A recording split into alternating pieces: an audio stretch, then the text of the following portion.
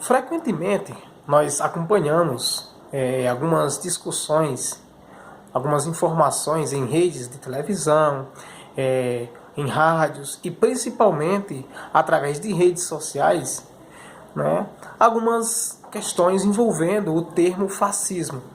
Muitas delas classificando o atual governo federal de governo fascista. Mas o que é fascismo? Quais as principais características do fascismo? São essas as principais perguntas que nós vamos tentar não encerrar o assunto, mas nós vamos tentar contribuir para que você possa entender as características do fascismo, como foi que surgiu e por que ao longo das nossas conversas, por que esse movimento, por que o fascismo é constantemente atribuído ao atual presidente da República. Então, fascismo, em linhas gerais, é um movimento político, também é um movimento econômico e social.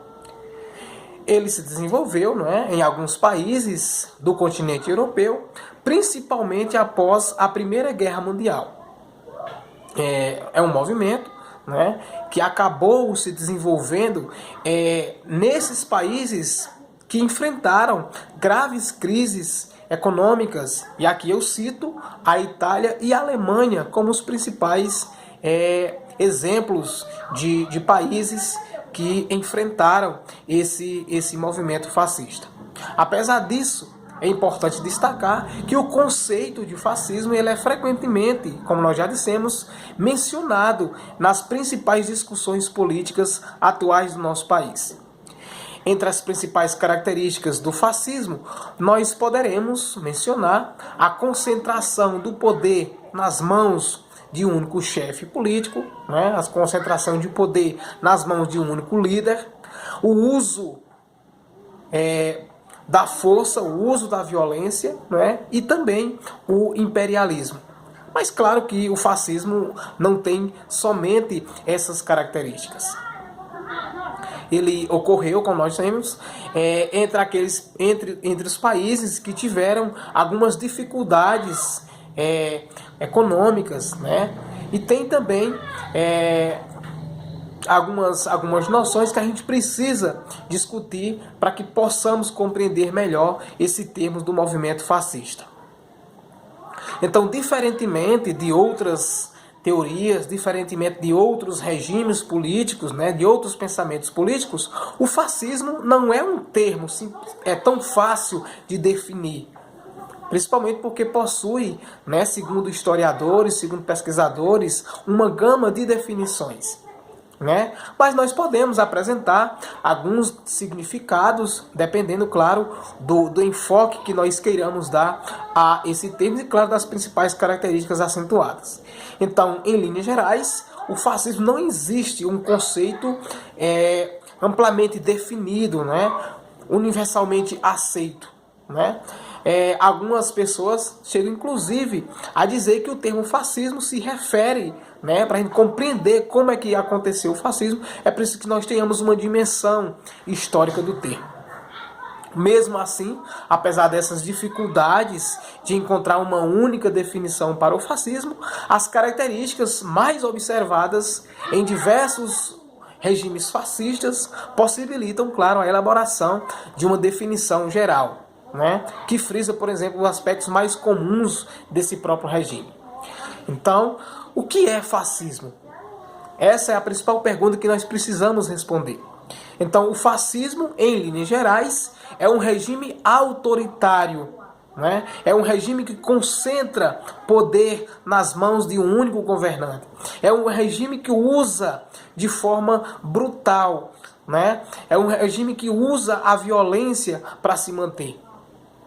Para que esse líder, para que esse governante se mantenha, ele usa, portanto, a violência, concentra-se poder nas mãos dele. Então esse líder deveria ser cultuado, e poderia tomar, inclusive, algumas decisões sem consultar os principais representantes da sociedade. Além disso, o fascismo defende uma exaltação da coletividade nacional.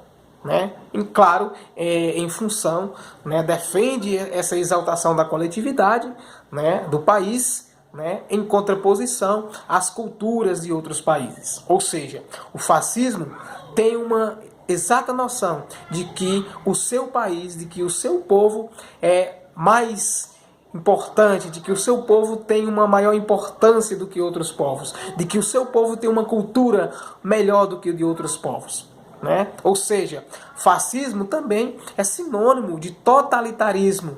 Né? Os governantes fascistas, eles têm como principal objetivo expandir o seu território por meio de conflitos internacionais. Daí, por exemplo, que uma das principais características do fascismo, além de tudo o que nós já mencionamos, é a questão do imperialismo. Para isso, eles realizam altos investimentos na produção de armas, né, e equipamentos de guerra. Então perceba que todas essas características que nós estamos citando do termo fascista, que surgiu principalmente após a Primeira Guerra Mundial, né, de forma mais percebível em países como Itália e Alemanha, todas essas características, se nós formos colocar no papel, elas casam perfeitamente com o atual governo, né, do país, com o atual presidente da República, que usa de todos esses artifícios, que usa de todos esses argumentos. Mas enfim, para manter, para garantir a manutenção do seu governo, né, os líderes fascistas controlavam também os meios de comunicação de massa, ou seja, controlavam aqueles veículos de comunicação que tinham como principal função informar a população. Então, por onde divulgavam sua ideologia e controlavam todas as informações disseminadas. Então, esses veículos de comunicação eram altamente controlados pelo regime fascista. Não se publicava nada sem que houvesse um controle, uma vigília total do líder fascista. Qualquer crítica, portanto, ao governo era destruída, era aniquilada, mediante, como nós já dissemos, o uso da violência e do terror. Aqueles considerados inimigos de um governo fascista eram punidos com prisão ou morte. Então veja que todas essas características têm um certo sentido. E se a gente for fazer uma contextualização, elas também aparecem em discussões políticas atuais, exatamente porque esse governante que nós temos tem atribuído, tem incitado a violência, o uso da violência, né? tem feito manifestações, né, de fim de poderes constituídos para que o poder executivo seja ele o único mandatário. Né? Mas enfim, a partir de agora nós vamos tentar conceituar como foi que o fascismo surgiu na Itália. Como nós já dissemos no início da conversa, o regime fascista surge principalmente após a Primeira Guerra Mundial e a Itália passava por uma forte instabilidade social, instabilidade política, instabilidade econômica. Ou seja, mesmo a Itália fazendo parte daquele grupo de países que saíram vitoriosos da Primeira Guerra Mundial, a Itália também passou por uma forte crise política, econômica e social. Tá bom? Então, alguns efeitos da Itália, algumas propostas da Itália após a Primeira Guerra Mundial foram totalmente ignoradas após o conflito da Primeira Guerra Mundial. Então, acabando por não conquistar benefícios que compensassem, ou seja, benefícios que viessem a suprir, né, as perdas que a Itália sofreu após essa guerra mundial. Por isso que a Itália teve essa grande instabilidade, teve essa crise política e econômica, né, porque esses tratados que ela propôs foi totalmente ignorado. Ao mesmo tempo que contribuiu para a instalação do regime fascista na Itália, ela passava por uma lenta industrialização, né? E gritantes diferenças socioeconômicas entre o norte e o sul do país que acabavam, né, dificultando o crescimento econômico do país, né? E isso, claro, tinha um grande peso, como, por exemplo, o desemprego que acabou assolando cada vez mais a população e gerando uma miséria inigualável. Então, todo esse panorama da Itália, né, mobilizou diversos grupos a encontrarem uma solução, né, para essa decadente, para essa crise econômica do país. Então, o que resultou né, no crescimento de partidos mais alinhados à esquerda, como os comunistas, os socialistas e os anarquistas. Então é dentro desse contexto, é dentro dessa discussão que vai surgir grupos, né, como grupos fascistas, né, destacando-se como, por exemplo, o líder Benito Mussolini. Mussolini, que comandou um grupo chamado Fascismo ou Fácil, né, de combate, que posteriormente seria chamado de Partido Nacional Fascista, o PNF.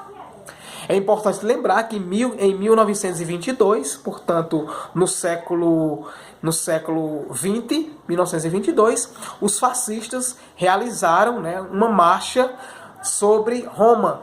Essa manifestação pedindo, por exemplo, que o rei Vítor Emanuel III transferisse todo o poder para as mãos do Partido Nacional Fascista. O rei, né, acabou pressionado e convidou Mussolini para fazer parte do governo. Mussolini acabou se inserindo nessa discussão política, fazendo parte do poder político central e acabaram iniciando o seu projeto autoritário, o seu projeto centralizador.